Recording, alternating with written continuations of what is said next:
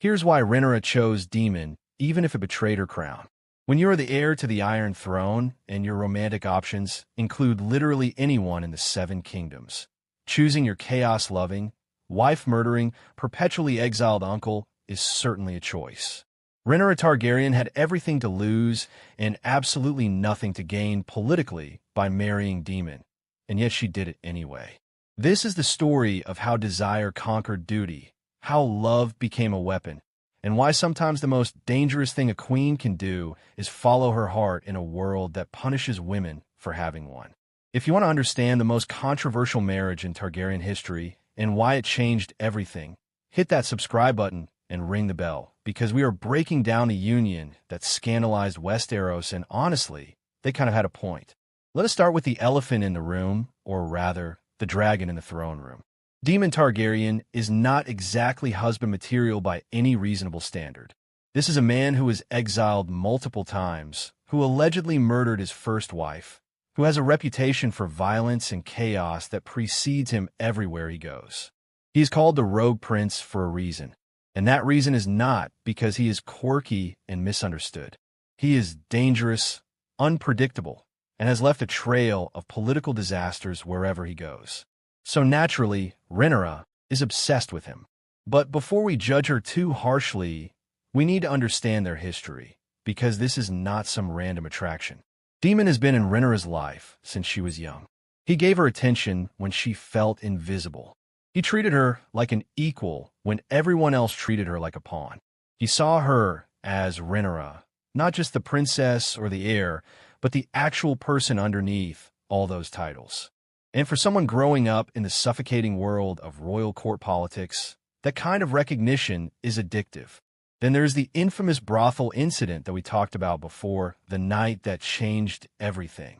Daemon takes young Rhaenyra out into King's Landing, shows her freedom, shows her desire, and then leaves her wanting more. Whether he was trying to seduce her, corrupt her, or teach her some twisted lesson about power, the result is the same. Rhaenyra got a taste of what life with Daemon could be: passionate, exciting, free from the constraints that had defined her entire existence. And she never forgot it. Now, fast forward to Rhaenyra's first marriage to Rhaenyra Velaryon. On paper, this is the perfect political match. The Velaryons are the richest family in Westeros. They have dragons, they have ships, they have everything Rhaenyra needs to secure her claim. Rhaenyra is a good man, a dragon rider, and from one of the most powerful houses in the realm. The problem? Rhaenyra is gay. Rhaenyra knows it.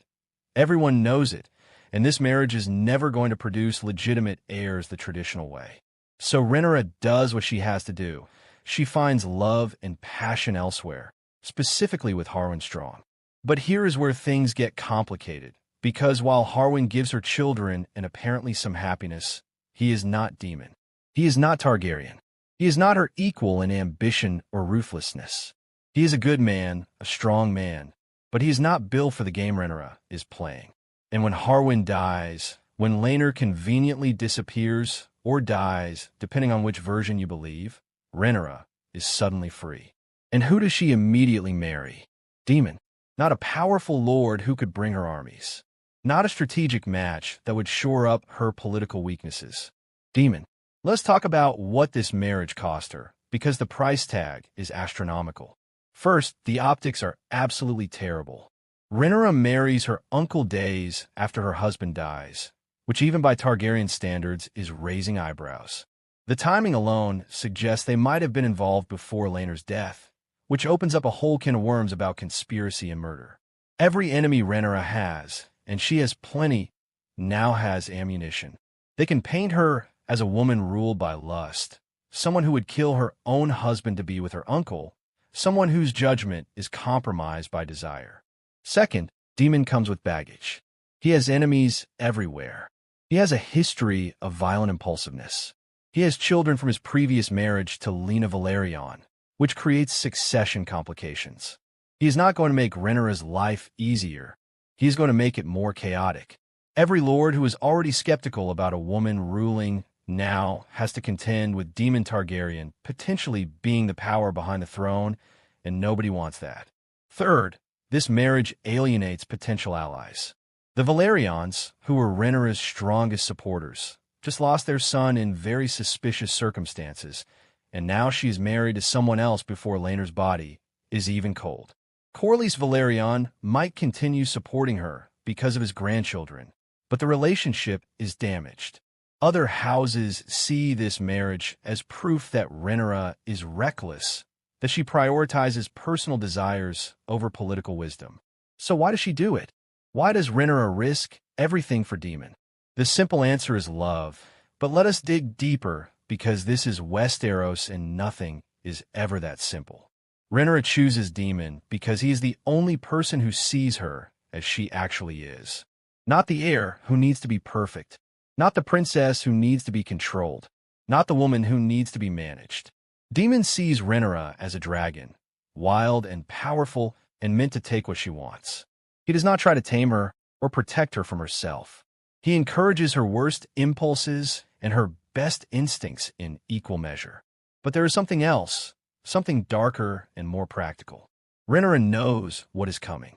She knows that when Viserys dies, Alicent and the Greens are going to challenge her claim. She knows there will be war.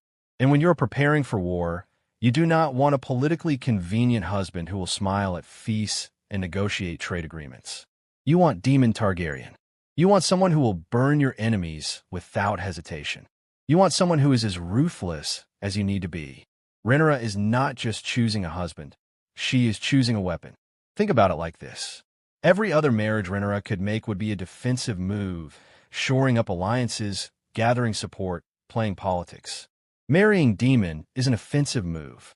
It is a declaration that she is done playing by the rules, done trying to make everyone comfortable with the idea of her ruling. She is a Targaryen, and she is taking what is hers with fire and blood, and if that makes people uncomfortable, good. Fear is just as useful as love when you're trying to hold throne.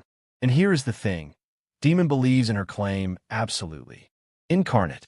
The real question is whether Rhaenyra could have ever won without betraying her crown. The position she was in demanded impossible choices. Be politically smart and marry someone boring, but face war without a ruthless partner. Or follow her heart, gain a dangerous ally, but lose political credibility. There is no version of this story where Rhaenyra gets everything she wants, because Westeros was never built for women to have both power and agency. She had to choose, and she chose Daemon for better and for worse, for fire and for blood. Thanks for watching. Until next time, remember, love might conquer all, but in Westeros it usually conquers with dragons.